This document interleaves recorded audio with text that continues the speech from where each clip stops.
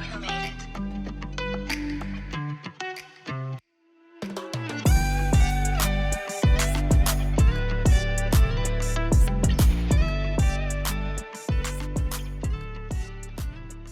Hello, everybody. Welcome to the Nature's Calls podcast. I'm your host, Nature Erdman. This is my co-host, Stephen the Glove Glover himself. And today we're here to talk about Chargers free agency so far, as well as, of course, the departure/loss of Keenan Allen. Anyway, these are Nature's Calls. Let's get into it. So let's kick off with Chargers free agency and who we've added and lost so far as actual free agency moves before we get into, of course, Keenan. Do we really just want to skip over the Keenan deal? You want to start with Keenan? I think we have to. All right, let's start with Keenan. Listen, you're rocking the jersey. It hurts that much. And I think our segment would absolutely be longer if we talk about Keenan first. That's fair. I think you earned that. So we traded Keenan Allen to the Chicago Bears after free agency opened for a fourth round pick. For a fourth round pick. And if you don't see a Keenan Allen jersey in one of these cases in the next couple days, I'd be surprised because I can't stop thinking about it. It's depressing. It's depressing. I understand the decision to move one of the big four, and I understand that nobody was out of that. I'm not arguing with that aspect. My issues with it come a lot more with the fact that we waited until we got through the deadline. We cut Mike Williams at the last very second. So it felt like, okay, we're going to work on some restructures, maybe a trade for someone bigger. And then we waited, and then free agency opened with no cap space. We made some small moves, good moves, but small moves. And then it kind of settled. We got through the first wave and a half realistically. And then we trade Keenan, free up a bunch more cap space when there's very little dollars to be spent in free agency, in all honesty, at this point, to the Bears for a fourth out of nowhere. And it just feels like there isn't a plan. Like, realistically, I know it's not like we had a ton of money to work with in the first place. We could still spend all of this money fairly quickly, and it's not really an issue. But I lost personal faith to the extent that I had it in the Harbaugh-Ortiz structure so far off of that move. I was very much like, hey, we're just waiting until the last second to cut Mike because we're fielding trade offers and we're seeing what we can do and we're trying to get the best grasp on things as we can. And then with him, us making the moves and then cutting Mike at literally the very last second and then trading Keenan a couple days later. Like, it feels like they didn't have enough time to fully grasp what their plan was. And at first I wanted to be like, no, there's moving parts. They know exactly what they're doing, and they might.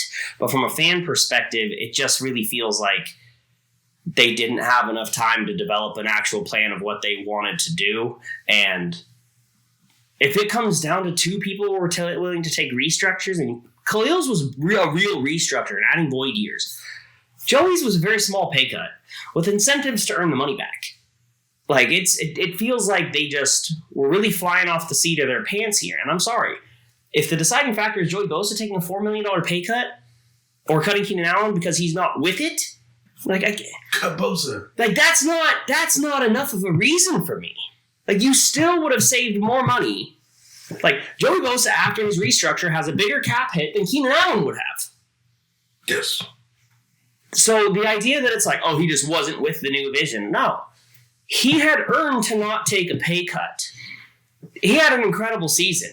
I think it would have been his best season had Justin Herbert stayed healthy, had he not gotten hurt. I don't know how hurt he was. If Justin Herbert was healthy, he probably plays. But regardless, if you really are worried about the contract situation and everything else, or the money side of things, you extend Keenan and cut Bosa, and you have more cap space today than you do. That you would have more cap space today than we do right now. Like, then you could have made more moves. And so it just feels very unprepared. And, I get it as Chargers fans, we're just emotional and it sucks. But, purely from a logical standpoint, it doesn't feel like an informed and well-thought-out plan. You agree? Am I alone here? Absolutely agree. You're not alone. I think that we sat there and made executive decisions. And I will use this analogy till I'm blue in the face, but when we have a new coach, we have a new GM, we have a new regime coming in. It's the same thing of like your dad got a new job across the U.S. and he has to take his family and move somewhere. And he took the kids, and the dad's always happy with the new job. The wife's happy with the new house, but then you got to take something for the kids. Mm-hmm. And how do you make the kids comfortable when you're moving to a new spot? You bring their favorite toy, their favorite treat, whatever, their favorite dog, whatever it is to make them feel comfortable when you move. And that for Justin Herbert, for a new regime, was Keenan Allen. Absolutely. So it sure as hell isn't Shane Day. I know you gave him that. That doesn't count. How the does that count? No, but even that's just like bringing the dog with you. Listen, yeah, bring the dog, but I mean, if the dog's 45, then that's not bringing the dog. You brought the dog for you so you can bury it in the backyard. That's not the case with Keenan Allen. And watching his interview with the Bears, it hurt inside and out to see the way he doesn't want to be there. About his, but he also said they came to me, I'm coming off my best season. I don't agree with that statement. Coming off your best season because, what was it, 2017? 2017. Had somewhere in there. 1393 yards, 105 receptions. He had 108 this year, 1243 this year. Only difference was he had one touchdown more this year than he did in 2017, and he won AP Comeback Player of the Year in 2017. Yeah, that was after the lacerated kidney. So he didn't come off his best year in general, but I don't know. I think his feelings were hurt. He said it wasn't emotional. It's emotional for all of us. It has to be, because having somebody that close to the record for receiving yards, Antonio Gates, and the dynamic he has. If he plays this season, if he plays 14 games in this 2024 season, he breaks both the records, both receptions and receiving yards. If he plays more than 10 games, yeah, he'll do that. I do think that, but it depends on who's throwing the ball. Is Caleb Williams that guy? Oh, he's not going to do it. But if he goes over there, Caleb Williams, is that what the dynamic looks like? Doesn't matter. They're not Chargers records anymore. Listen, The Rock. It doesn't matter what your name is. But, like, moving on from that dynamic, I don't understand, like, how he thinks that was the best call. And he had room to exercise a trade with the Jets. And the Jets and Texans, yeah. To push that you have that. If they're willing to come to you and ask for a pay cut or restructure, like if they didn't come to him with an extension, which surprises me. But at the same time, if his response to that is to exercise leverage to try and choose his trade partner, that's obviously not going to work. That was poor business. He made it personal. And personal's bad for business. And you can't tell me that it wasn't personal to him in the way that he's conducting himself in these interviews and everything else. Like he seems emotional. He seems like he didn't see this coming, and it's all happening really fast. Listen, Tyrese from Fast and Furious said himself, "If this is personal, it's not good business." It's not good business. But it hurts me to see number 13 go somewhere else. Absolutely. It hurts me to see him go to another team that he's not going to shine in the way that he would have shined this year for us. It hurts to not see Justin Herbert have that safety net. That just means we have a lot more help. And looking at our receiving core now even hurts even more after we cut Mike Williams. So, listen, I love Josh Palmer. He loves Josh Palmer. I love Josh Palmer. I think you're great. I don't think you're number one. Quentin Johnson still relative to see. Darius Davis, you're still our gadget guy. He's a special teamer. Yeah, he's a special teamer in gadget plays. But if you could turn into the next Tyreek Hill, we just didn't see it because they see something in you that they were able to cut those two people. Great. Simeon Fehoko, come on, man. Like, this is our receiving core going in. Bro, we're not taking MHJ or Malik Neighbors at 5, and we trade down and get somebody that we should not be getting, I will be furious. And we let Keenan Allen go for peanuts. I saw a legitimate argument on Twitter or X the other day. Wait for this. That said, we can move forward. We saw how good other receivers looked at the end of the season. We need to give Alex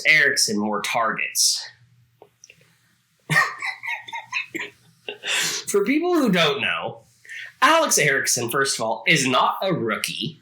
Yeah. He's not some young cat who came in. He's a career practice squad guy.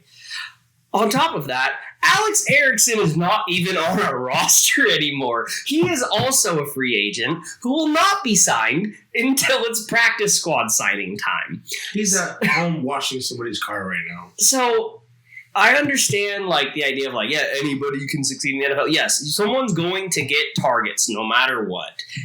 But without having any level of a difference maker at wide receiver, we're going to have an issue in clutch situations. The worst way to handle that is to cut the receiver that you have the most trust in or trade the receiver that you have the most trust in.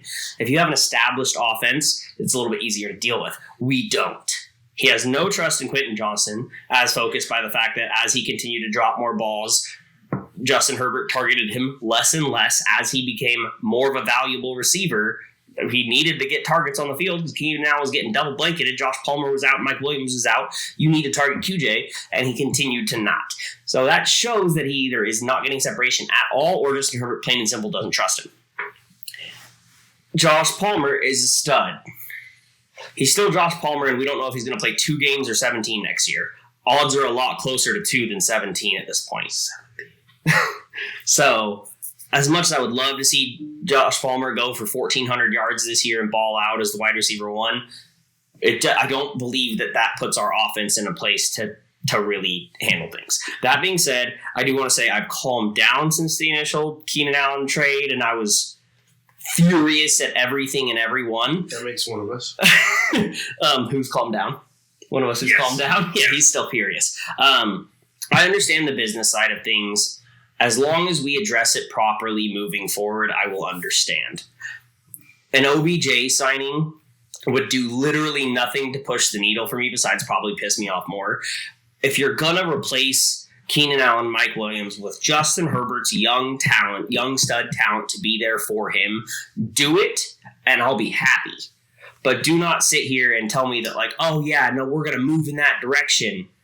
And then go sign a bunch of 3rd and 4th rounders and try and go the Kansas City route with a defense that's garbage, not enough draft capital. They traded Tyreek Hill for a ton of stuff, and they kept his security blanket in Travis Kelce. So I don't want to hear that argument.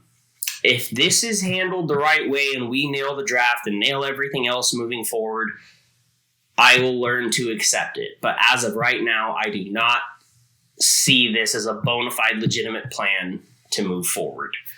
I'm hoping, but my faith is shaking. Letting Keenan Allen go, my faith has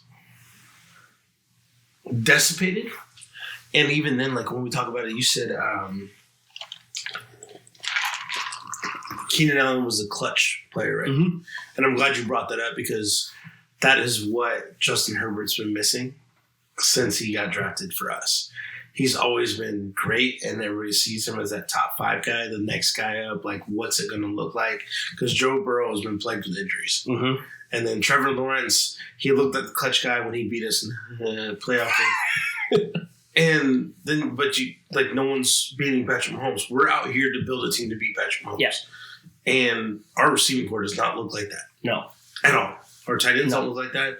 If I'm and don't get me wrong, I'm not saying that our team needs to beat the 2019 Chiefs. We need to beat the Chiefs at all. We need to beat the current version of the Chiefs, which is you need to be able to put up points on this defense. You don't need to be able to score 43 on a mediocre defense. You need to be able to put up points, and you need to be able to stop them. And right now, we would not be able to stop the Chiefs, but we sure as hell are not in a position to put up any points on that defense because that defense is crazy. Yeah. Whether Snead stays or Snead gets traded, that defense is sick. That D-line is sick. The linebacking core is sick.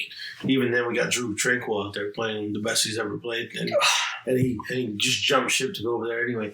But like I said, we're talking about the clutch aspect of it. Like, we don't have that clutch receiver. I love to think that Josh Palmer is the guy that we're going to hit in the chains, and I hope he's the second coming to Keenan Allen. I don't think he is. I think he's just below that. Mm-hmm. Like if Keenan Allen's 2.0, he's 1.78. Like that's where I think he's at. Fair enough. Are we going to get a first down? Sure. Are we going to get a touchdown? Maybe. But we don't have anybody else that they're scared of. They were scared of Mike Williams. And they might have been scared of Gerald Everett. They might have been scared of Austin Eckler. And if it's 3rd and 9 and they double cover Josh Palmer, you think he's beating double coverage? Like, he's Depends not. on what team it is. Yeah, right. It depends on what team it is. But like, The no. Raiders, sure. Broncos, not Patrick Surtain. Not Patrick Surtain. Like, it's not single coverage against Patrick Surtain. He's not beating him, man. You're not beating him in rock, paper, scissors. I'm just saying. Like, I love Josh Palmer. You're not winning rock, paper, scissors against Patrick Surtain. No. But we can go all day. But I think the blanket coverage of Keenan Allen is that it hurts to see. It hurts to feel it. We feel it inside and out. Justin Herbert's going to feel it inside and out, personally, physically, mentally, and on the field. And what he did for us, being the later round pick with the first round talent that we got him at, I think this is more of an appreciation for what you did for us, because you don't recognize what you have until it's already gone. Yep. And we loved you. We still love you. But until you actually left us, it didn't. That void that we feel in our hearts, it hurts. And we just, We as Chargers fans, none of us truly, even when we speculated it, none of us truly believed you'd be gone. We thought it would have been everybody else but you. We thought if this was the Hunger Games, we would have Katniss Everdeen'd it, and it would have been the other three people. Yep. With all that being said, Keenan Allen, we thank you. We appreciate you. We think you're the greatest, one of the greatest Chargers ever to play the game. I would love to see 13 retired in the rafters, because you're going to be retired at my house. You're going to be retired in this jersey anyway. No, I will not retire him in this stupid royal jersey. But I'm about to get that powder blue soon. I got a powder blue coming. That's what I'm saying. I got a powder blue coming. So, like I said, we'll jump into free agency, but I think ultimately what it comes down to is we just want to say thank you. We appreciate you, and we hope you retire a Charger, and we want to see 13 in the Raptors for the foreseeable future, because I want to tell our kids about it. So Please come back to us. don't pull Randy Johnson and retire as the Arizona Diamondback. Don't pull a Phillip Rivers and just get so mad that you never come back. Come on, man. Like, I just don't want to see it. No. But let's talk about free agency. This is the position that we are in now. Let's get this thing rolling. Let's talk about re-signings first. Yep. Okay, people that are already on our roster. You kick it off. Alohi Gilman. I don't think I should be the one to kick off the Alohi Gilman. All right. Let me fix something real quick. Cam Dicker, hey, I'm all for it. Dicker the kicker. I appreciate you. Great. We've always gone through kickers. And we had Mike Bagley, which I thought Moneybags was going to be the one for us. But seeing what you did, it would be great. I still wish we had that playoff kickback. But I will take Cam Dicker coming back. So I'm all for that. Absolutely. And the one thing I will say is, like, I understood the financial side of things because we hadn't made the Keenan trade yet. I would have liked to actually see him locked up long term just to prove that, like, hey, we are committed. I also understand the ERFA tender as far as the financial side of things. And in addition to, let's see it one more year and make sure you're really that guy.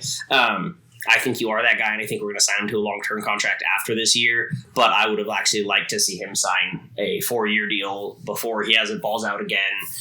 We sign him to an even longer or a bigger money contract because he's a top 5 kicker in the league again next year. So that's the only thing I will say on that. But at the same time, from a financial aspect, hitting with the tender and getting him under $1 million a year, I get it. He's not getting Jake Elliott money. So he wants me to talk about Alohi Gilman. So contrary to popular belief, I love Alohi Gilman. There is a famous post on Twitter/X that I did where I was talking about Tom Telesco's picks, and especially basically his last 5 seasons, and how probably the 3rd best draft pick in those years was Alohi Gilman. And that's for a top 20 safety in the league. 16. That's not that great of a pick. 16. Alohi PFF. Gilman hopped on to let me know that he was number 6 in grades for PFF safeties, and absolutely roasted me. And I am embarrassed, and you will see an Alohi Gilman jersey sooner than later, especially now that he's resigned. Or nope, you'll see it on my body, and there will be an apology message to Alohi Gilman that day. I love you. I always wanted to resign you. You can look at my furthest dating back Twitter post from the beginning of this offseason where I was like, number 1 priority is to re-sign Alohi. That's not the post he saw. He saw the one where I called him out best of top 20 safety in the league. I'm sorry. I'm so glad you're back. I think you're the perfect complement to Derwin. I think especially in this system, we need to have that. Yeah. In this system, we need to have a free-floating safety at the end of the day. Agreed. And Derwin's probably going to play a lot of will linebacker, so we need to have a second safety, actually, preferably someone like a Cooper DeJean, who could bridge between corner and safety. But Alohi needed to be a staple. He needed to stay in this defense, and I think he's going to thrive under Jesse Minter. So all for that signing. It was above his projected market value. There's no Chargers fan who really thought that he was going to be that cheap of a player. The $2 million a year, like he wasn't going to get that low of money. Everybody saw how good he actually was. So getting him at 3.375 for this year, all for it. Here for it all day. I know his cap is a little bit bigger next year. I'm not worried about next year's cap as long as we don't just bloat everything into that year. I love it. I'm super here for the signing. Alohi, when me and him used to text, it would be, he wants to re-sign you. He's re-signing you. He's got mock draft saying he's re-signing you. I didn't even want you. Listen, I'm not saying you're not a good player. Great for Notre Dame. I think you filled a need that we needed, that we didn't know we needed. But had Nasir and Adderley had not retired, you would not be where you're at. And I'm not taking anything away from you because you're in the NFL. You're a great player. Like, systematically speaking, you're great. I think there's a bigger need for a roaming free safety that I don't think you have that gear for. I think you filled the void needed, but I think there's a lot of holes in the game that with Derwin James, he cannot cover up if he's playing that well. Now, I think that coverage gives us a little bit more depth at free safety, but I think we need a free safety that's going to go out there and change the game, and I don't think that's you. I'm not saying you can't beat that guy. Damn, you're talking directly to him. I'm not saying you can't be that guy, but I think at this point we're asking you to be that guy. And do I think your PFF's going to be 6 after this year? No. Question mark. I do think you can stay up there, but you're going to have a real problem if we don't have corners that are going to guard. Mike Davis was a liability. Asante Samuel was only a liability because he didn't have the coverage behind him and he didn't believe in the people behind him. And I do think we need a lot more corner help. And I do think that if we put Derwin in the box, he's going to be more of a one linebacker, and you do need a strong safety that's going to cover your second half. A lot of cover 2, 73% of coverages in defenses last year were cover 2 with 2 safeties over. Do I think you're going to be the guy that's overshading Tyreek Hill? Nope. Do I think you're going to be overshading Keenan Allen? Nope. I don't think you have that gear, and I love the signing because I think you did great last year. You overshot where you were drafted, and you proved us wrong, and I want you to keep doing that because I'll root for you all day. I do love the signing. Is what we're talking about overall. I would love to see you prove us wrong, and I'd love to see you overshoot the value we paid for you. So absolutely, that's the end of the day. Yeah, I think corner help is a huge aspect of this. Huge. Because if you're left on an island all the time, that's not a fair place for you to be in assignment. And so I'm going to stop saying you. We're not talking to Alohi. But no, I think that's what Alohi needs, is he needs a little bit more help in the secondary of the defense. And regardless of who you put back there, it's not going to work unless we start getting help at corner and probably another safety, because if we're playing 2 high safeties, then Derwin probably shouldn't be all the way back in coverage on those plays. So you need to have somebody else who can roam and cover, because one of you is going to have to cover one side of the field and the other one's going to have to cover the other. And as much as I love ASJ, we need serious safety help on his side of the field if he's going to be our CB1. Yeah, I think he's great between the 5 and 8 yard range. Yep. He's not bumping A.J. Brown and sitting here telling me this is my lunch money. But look at Jesse Minter. Can you name the safeties that they had last year? No. I think Alohi will have, I don't know if it's PFF grade wise, but effectivity as far as if we fill out those rosters with capable starters, I think he's going to have his best year overall. If we have a lockdown corner like a Quinyon Mitchell, I would love to see if we were to trade down and maybe take him, or if Terrion Arnold is that guy, then we take him. If Max Melton ends up being better than we think and we get him in the 3rd round, and he's a lockdown corner, if you don't have to worry about that side of the field and you play a cover 3 and you got somebody shading over the top, I think you can shine there. Yep. But I think our holes are too vast that I don't think anyone is going to be able to guard longer than 4 seconds. Period. Yep. Like I said, Bosa can't stay healthy. Mac restructured, and he had one of the best years in his career. We just don't have anybody after that. We just got our linebacker, and it's Denzel Perriman in year 6, and we dropped in the second round. We didn't think he was good enough to stay with us. So we have. Lesko didn't think he was good enough to stay with us, or he didn't stay. I don't know what the issue with that was. I thought we should have re-signed Perryman. I thought we should have re-signed him too, but we're letting linebackers go like it's the next thing to do. So, well, we're really bad at picking which linebackers to keep, it appears. So, well, we're bad at picking linebackers. Fair. Other than Junior Seau at 5. We've been bad for a while now. But let's wrap this up. Let's get out of re-signings. We got a lot of things to talk about. Oh, Gilman, I mean to tell you that I love you. We have to talk about it. Just didn't sound like it. We only did this because we love you. Last re-signing, Easton Stick. I'm going to make this one short and sweet. There are other backup quarterbacks I would have preferred to sign, especially because we're moving into a new system. I don't see the value of keeping him in the system. I don't see that with him because we're changing systems entirely. New offense court, new everything. So I would have preferred to go out there and have somebody who has more familiarity with Greg Roman. Tyrod Taylor, if you're not scarred from your experience with the Chargers, I would have loved to have him because he had a career year in Buffalo. He's a Jet. Yeah, but I would have loved to have had him. I would have loved to go out and get Tyler Huntley. He doesn't want to his lung punctured.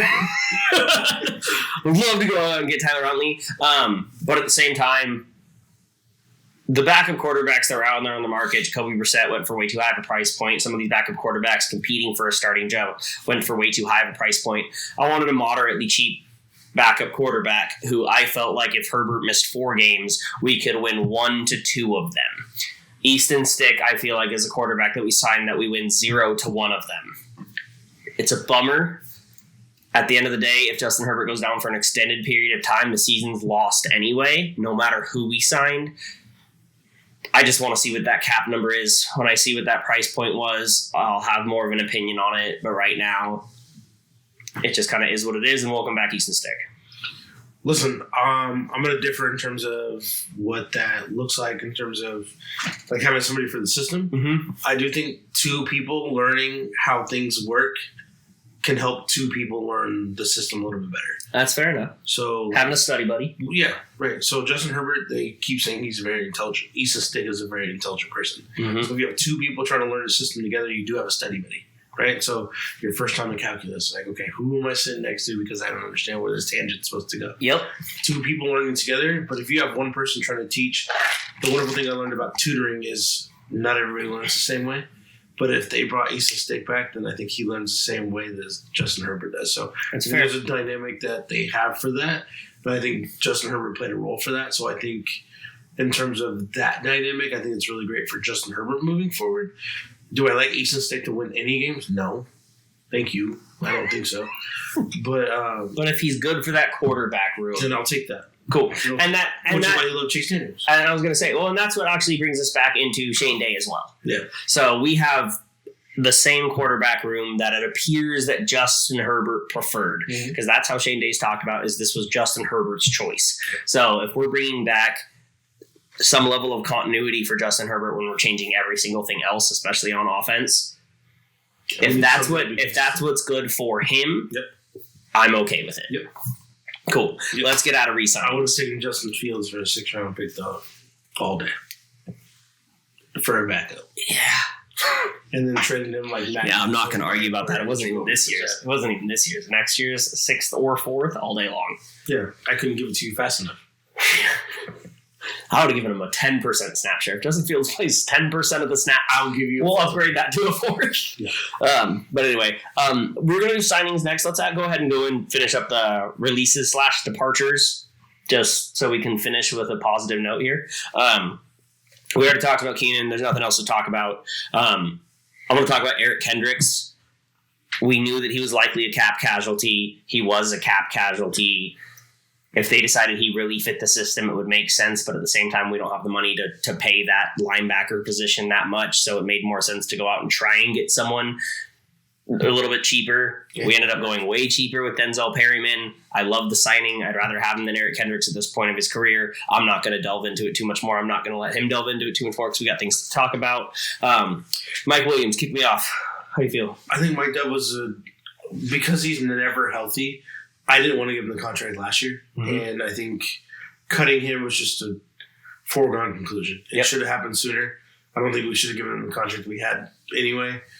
I don't think the comfortability and the dynamic of what he had fit us moving forward, and we drafted his replacement, Quentin Johnson, anyway. So it is what it is. $20 million, $32 million.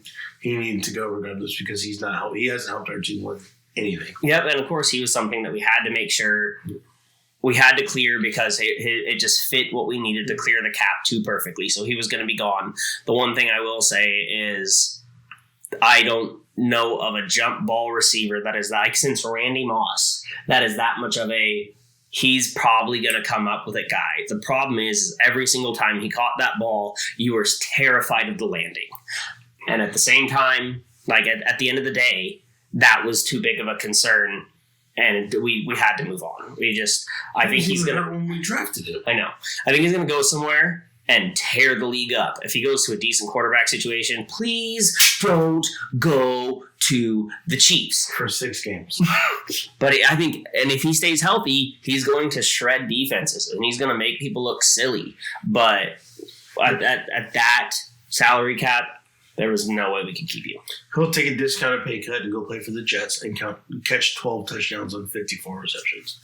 Yup. Period. But he'll play 6 games. 12 touchdowns, 6 games. Yeah. Other people who took off that were not cuttings or anything like that, but just people whose contracts were up. Austin Eckler, I wish you the best. I'm so glad that you didn't go into a division because I did like you as a person, as a player. At the end of the day, it was time for us to move on. I don't think you can be our lead guy. I can go into all the qualms that I've had with him running between the tackles, but I don't want to. He's not a part of our team anymore. I wish him nothing but success in Washington. He's both in the NFC and far away from us. Do your thing, man. Do your thing. Keep doing it. I wish you would have stayed for that same amount of money that you didn't want to stay with us, but I hope you nothing but the best, my man. Yep. I'll see you on Apex Legends at some point. Yes, sir. Gerald Everett, you want to go?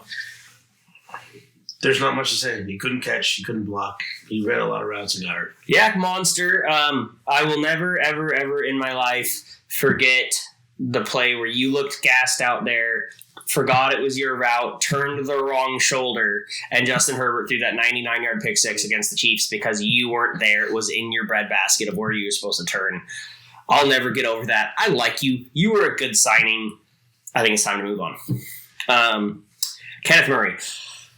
I loved you, Kenneth Murray. I loved you. I had so many high hopes for you. This was one of the first cards that I really got into because I wanted Kenneth Murray so badly. And all you did was let me down. Your athletic traits are still your athletic traits. Your decision-making is still undesirable. I wish you nothing but the best in Tennessee as long as we don't play Tennessee. I thought it was great. I think that was the first time I was really excited to trade back into the first round to get somebody. I thought Tom Telesco just took a page out of John Lynch's playbook to go back into the first round and go get somebody that I was really excited about, especially fast, sideline to sideline. Unfortunately, you didn't live up to that hype. No. And I hope you do well. I hope you change it. I hope you figure it out. But you can figure it out with us. And and congrats on the payday, man. Yeah, because we weren't giving you that. Who saw that? So we sixth round pick coming my way for comp pick. So we'll see. Take it. Where we at? Mike Davis. I don't need to talk about Mike Davis. Just cover it. Sorry, bro. You couldn't guard anything. You were a liability. Even with J.C. Jackson on the field, you had 2 people over the top of you and you couldn't guard anything. I think that we gave you the contract when you did well. I think we gave you great money. I think you were just like J.C. Jackson. We gave you too much money. I can't wait for you to leave at the end of the day. The roller coaster ride that was the Michael Davis experience. Can't wait. Was like nothing else I've ever seen. Just like, oh, he's promising. Oh, what was that? Oh my God, he's balling out. why is he having the worst season? They were season by season. Like that was Malcolm Floyd for us. I know. There was no point where it was like, I feel comfortable with Michael Davis. Like, he just had an incredible season. Oh, he just figured it out under Staley's system. Next year, Staley's system. Most touchdowns, most completion percentage. He couldn't guard the great kids, bro. But anyway, you did good things for us. You did not good things for us. It was time to move on. I ain't mad at you. Best of luck moving forward wherever you sign. Josh Kelly. Josh Kelly's not coming back. There's no surprise there. I just wanted to mention Josh Kelly because it does remind everybody that the fact that our running back room outside of Gus Edwards, our new signing that we'll talk about here in just a moment, is Isaiah Spiller, who is very young, 2 years into his contract, and has seen the field very, very little, very in between. Right. Sometimes he looks terrible. Sometimes he looks great. We have no idea what we have in Isaiah Spiller. And then Elijah Dotson, who spent half of the year inactive, or all but 2 games inactive. So, yeah, a lot of faith in Elijah Dotson to be a gadget weapon at some point down the field. I don't ever see him being more than RB3. We have a lot of things to cover in the running back room, regardless of our Gus Edwards signing. With that wraps up releases. I do want to say one thing about Mike Davis because I did just completely trash it. Your off the field work is great. I love what you're doing for the good person. Good great dude. Things. Like, I'm not saying you're a bad person. I think the up and down roller coaster just scoring a lot more people and our defense, which is why you're still on free agency on someone else's couch. But what you do off the field is transcending, and I want you to keep doing that because you're a role model for all individuals that want to be in the NFL and move forward. And especially the Hispanic community. Which is fantastic. Being half Mexican, I didn't get these curls anyway, but being Hispanic, you are an inspiration on and off the field. So it's really nice to see. So keep that up. So even though I'm talking about the way you did for us, but I think you as a person can keep moving forward, and the way you handle yourself outside of football and on football is great to see. So you're a role model. Keep it up. Cool. So back to it. We're going signings now, and I was just talking about Gus Edwards. Let's talk about him first, just because he was the biggest, as far as flashiest signing for day one, especially because there was so much talk about running backs, and they were flying off the board. And as much as people want to talk about, yeah, right. Those people talk about the running back market's going to be terrible this year. It's going to be worse than before. The salary cap went like crazy. Mm-hmm. And regardless of how excited everybody gets because it's the offseason, this isn't a fantastic running back class. There is no top 3 guys who are like, oh, these are first and second rounders, surefire, have to be. No, there's a bunch of dudes who are between the late second and 6th round who are really solid. I think there's 1 second rounder. Who's your second rounder? Trey Benson. Okay, good. Jonathan Brooks is widely renowned as that guy. Trey Benson's the best back in the class. I'm not going to argue on that. I'm so glad we're so happy. We're same page with that. Yeah. But anyway, so Gus Edwards, I think he is fantastic for his role. I do not expect or plan on him being a lead back, carrying more than 20 times a game. I don't want to see him carry more than, honestly, like 13 times a game. I was saying 15 was my max. Yeah. And so when you look at his career average, he carries 11 times a game. Yep. Like, yeah, he's done great on yards per carry. He had his best season last year. Depending on how efficient this running game really is, I could be a little bit happier with him. But, like, he is an RBBC guy, a running back by committee guy. Yeah. And he has a role in that. And I'm thrilled with that, even at whatever price point we got him, which we got him at a pretty good deal. But, like, I don't want him being my RB1 solely. He could be a 1A with a 1B. He could be a B as a goal line back and short yardage back, because that's something we struggled with forever. But I don't see him as a pass catching back. He can catch balls, but that's not his forte. If we put him in, if we draft like a Marshawn Lloyd, I really like the fit, because that's your thunder and lightning.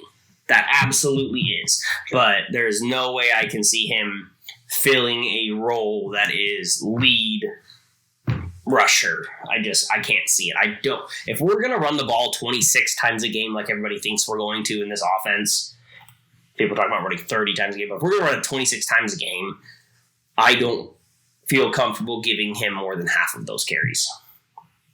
Oh no, I don't. I think his realm of like doing anything good is 11 to 12 because he has been susceptible to injuries, hamstrings, knee, anything. He hasn't been fully healthy. I think the most games he played was second year. It was 16 games. Even then, he didn't get a carry in half those games. I think he's a liability for injuries. I don't think he's the number one guy. I think he is that goal line guy that we're going to need, that we needed out of Austin Eckler, getting those 3rd and 1s and 3rd and 2s. I think he's a poor man's James Conner. I thought he was fucking. I thought he was half of Derrick Henry. He runs like Derrick Henry, but he's half of him. He's half of him. He's half of him. He's Bruce Banner. Yeah, I like the signing.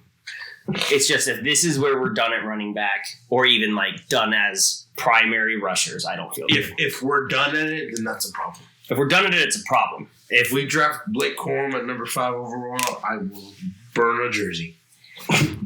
A jersey. What? Didn't say which one. Yeah, sure as hell is an LT's jersey, obviously. It might be a Rodney Harrison jersey, but it's going to be a jersey. I will die before I ever touch my LT jersey with any form of aggression. Like it's my baby. All right, let's go with. I think we should hit Hayden Hurst real quick. You want to go Hayden Hurst? You want to go before Will Disley? I do, only for the simple fact that I want to segue for Gus Edwards. And fair. Joe Hortz drafted Gus Edwards. Drafted Hayden Hurst. Yep. First round. Same draft as Mark Andrews.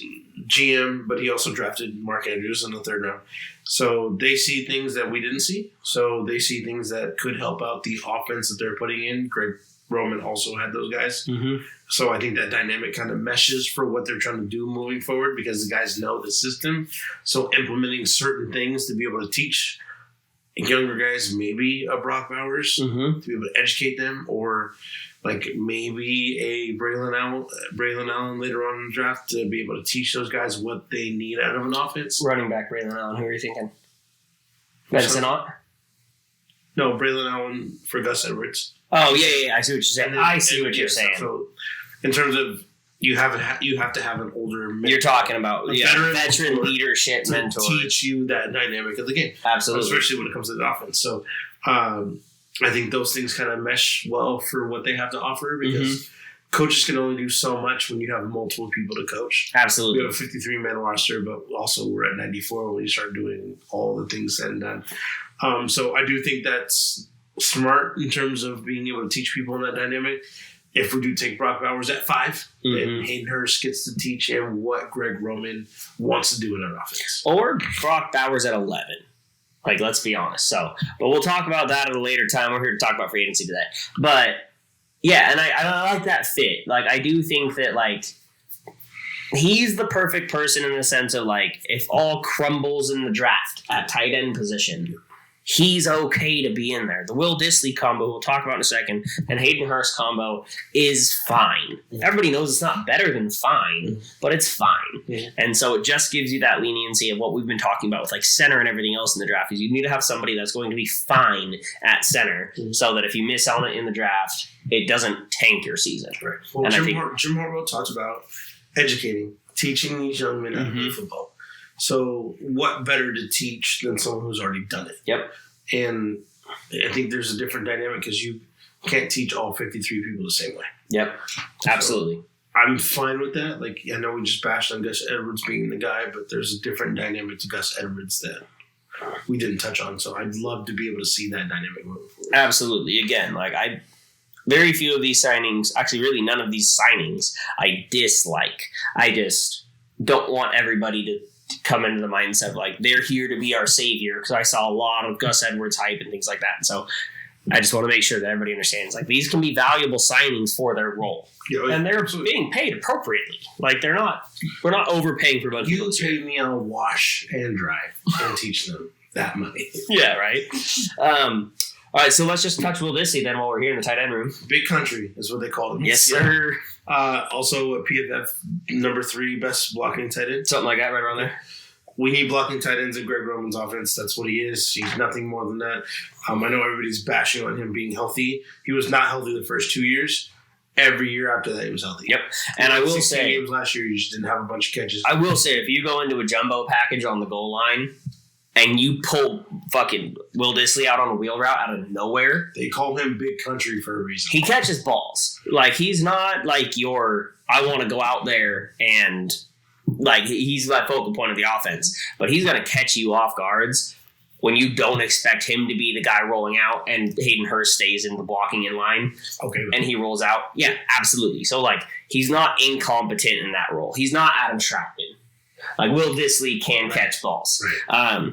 So, yeah, I love that signing. I think I would have liked to pay him a little bit less, but at the same time, I think he's going to genuinely play a lot of snaps in this Greg Roman offense. And that guy pushes people. Yep. Great offensive lineman / tight end. Great chip, take on linebackers, take on corners, easy. But I love a tight end that'll go to the second level and be able to put somebody on their ass. So I think that's a great signing in terms of what he offered. If he stays healthy the rest of the term that we gave him that contract, like he did this last 3 years, I think it's a better deal for the money we gave him than we think. Absolutely. Denzel Perryman. I'm going to jump on Denzel Perryman because he's our most exciting for us, for me and him personally. The way he plays, like, I don't think that we have anybody on defense. Like, he's going to be such a good addition to Derwin James because they are the two people who, like, play with fire and ferocity. And, like, they are here to lay the boom. They are here to make sure that you feel it. And I've been talking about Easton Gibbs as a draft pick because he reminds me of Denzel Perryman in body type and play style. Mm-hmm. I think there is no better person to translate the message of not necessarily Jesse Minter, but Jim Harbaugh. Yes. And you think about those Niners teams and what those two linebackers did, and then Navarro Bowman as linebackers coach, like, bring it. He is your enforcer in the middle of the field, and I like the fact that Derwin James doesn't necessarily have to be now. Derwin James is also that guy that you do not want to see, but Denzel Perryman is now going to be allowed to be in your face all the time. And the way he plays the run is fantastic. And it's so funny because we drafted him in the second round. Mm-hmm. I didn't see that veracity until he was a Raider. Yeah. Until we gave up on him. Yeah, the same way I think you're correct. I do remember, like, just him, like, you do not push back Denzel. That was my favorite thing about him as a Charger is you do not push him back. And then any of his mic'd ups and anything like that, like, he's afraid of this man loves ball. No, and I'm all for it. I think that's probably my favorite signing so far. Yes, I would have loved to see Devin White in a Charger jersey, but I think I would have loved to see Vontae David in a Chargers jersey, just because, like, awful. But with that being said, I think it's too expensive. I think 3 years, $41 million, not too expensive. I think in terms of what we got and what we're doing for the education process, because I think after having the discussion, I think I'm buying in more to the process as we talk through it. Yep. Because after Keenan Allen, I was like, it's over. What are we doing? Hang him up. Yeah. Is Harbaugh the guy? Yeah. I'm already second guessing. I'm itching. I'm scratching. Like, what happens next? But I think I'm buying into the education system. Mm-hmm. Like, but how do we teach, like, someone who's already been a veteran? Yes, it would have been great to see Bobby Wagner take on that role, but who better than Denzel Perryman, who's already been a Charger? Yeah. Spanos, see what the dynamic looks like. He's been to multiple teams and get second and third chances. Like I said, I saw the veracity when he played for the Raiders when he played against us. I think he had 14 tackles and 3 tackles for a loss the first game he played against us. Yep. This is what you gave up on. And I think that's hard to teach. Play with a chip. Yeah. I love a guy who plays with a chip. And in that same vein, like, if you're going to build a team out of big contracts and bench warmers, which is what we were doing in the final years of Telesco and Staley, and it didn't work. So, like, in this aspect of the Keenan Allen trade, it's like, hey, all our big guys took discounts to buy in. The one guy who didn't, from defense. The big one guy who didn't, we let go. So, like, everybody kind of comes in on an equal playing field because we're going to have to put together a lot of our team on really cheap contracts still with the dead money and the big contracts that we have.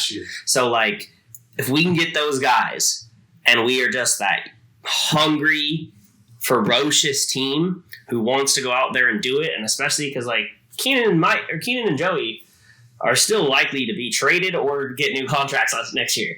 So like, come in hungry. Come in Mac and Joey. Yeah, I said Keenan. I said meant Khalil. I know. It hurts, but you're buying into the philosophy. You're buying into this. This is how we're going to be. And the one continuity thing that I do love is that everybody talks about, you don't want to play the Chargers. I want to be that team that's like, you're not ready next week. You don't feel ready next week because you played the Chargers last week. So I'd love to roll with that.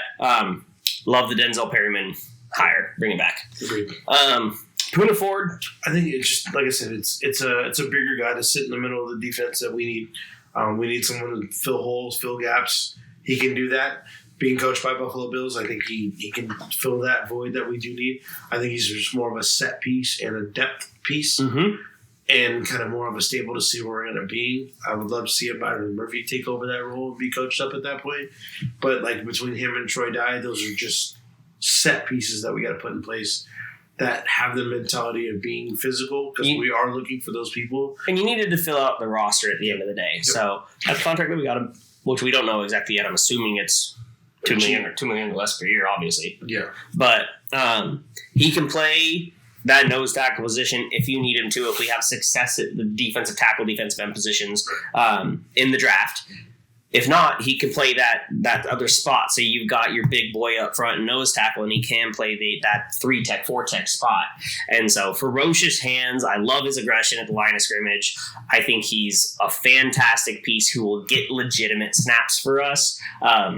He's not star player. He's not going to break out this year. That's not what I expect or look for from him. I just think he's a critical point critical higher signing at a position of need. Position of need, but also we need people to stop the run, and he's definitely one of those run stoppers that we did need. Absolutely. Plug a hole, see where he goes, and go from there. Absolutely. Wrap it up with Troy Dye. Great set piece, special teams. Special teams, every facet wins the game. So, I mean, special teams to offense, defense, you need all three phases to win. So if he's that special team guy that helps us fill out that phase, with Darius Davis on the offensive side being an all-pro, all-star, so I'm fine with that. Yeah, and I believe Raheem Lane is still a free agent. Yes, he is. So bringing back a special teamer in any way, shape, or form is good. Someone who's proven that point. And linebacker is not a position that we have depth at. So if you're going to bring in a special teamer, bring in a linebacker position, that's his spot to play. If anybody does get hurt, or it is a highly athletic position, you're running all over the field, put somebody in there so he can play a snap or two while someone catches a breather and comes back out. So, good spot.